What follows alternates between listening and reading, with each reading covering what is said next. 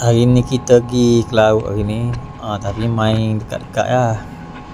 Main ikut tepi-tepi patah. Jarak dalam 1 km, paling jauh 6 km kita pergi.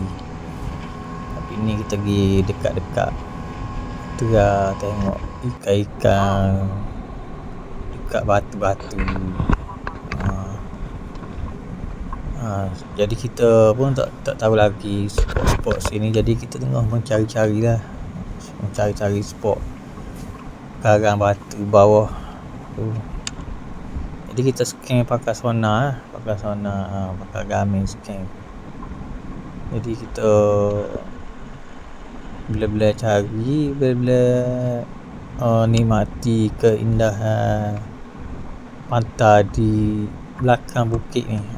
Kalau tengok depan sana tu, belah kanan tu dekat-dekat dengan UiTM dah tu. UiTM Dungun. Setentan dengan UiTM Dungun lah.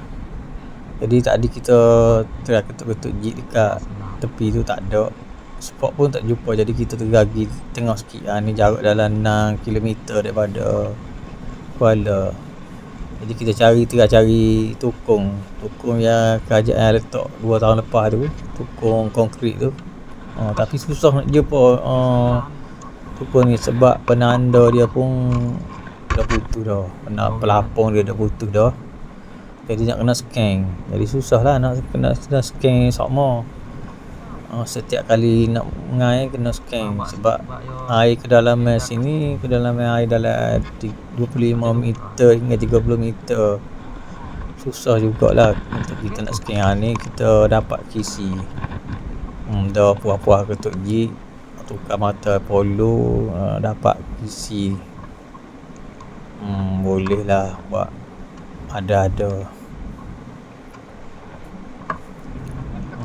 ada visi besar seekor tu, seekor.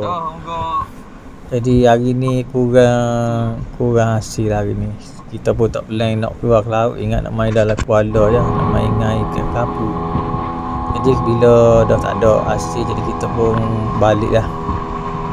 Kita gerak balik masuk ke dalam Kuala. Kita masuk dalam Kuala, jadi kita ketuk-ketuk jeep 30 km, dapat ikan kapu kecil ni, ikan kapu ni. Jadi kita lepas balik lah ikan kapu. Biasa kita tak ambil sangat lah kecil-kecil. Kita ambil